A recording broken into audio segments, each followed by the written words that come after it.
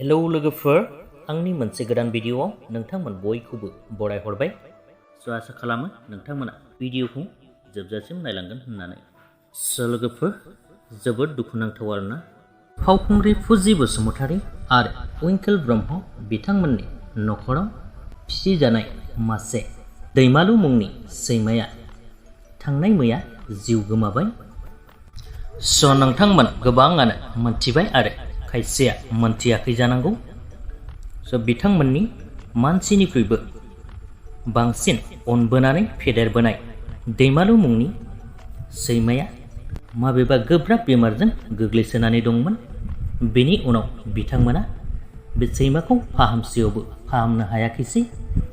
बेनिखायनो थांनाय मैया बिथांमोननि दैमालु सैमाया जोबथा हां बोयो।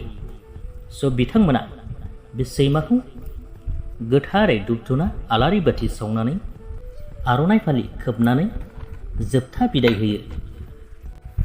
लोगोफोर, बिथांमोनहा बे दैमालुखौ फिसिजेनदोंमोन 2017 मायथाइनि जुन दाननि 8 खालार खालि आरो बेनिफ्राय बे दैमालुआ रुंसारि जाबाय बे बोसोरनिनो जुन दाननि 6 खालाराव।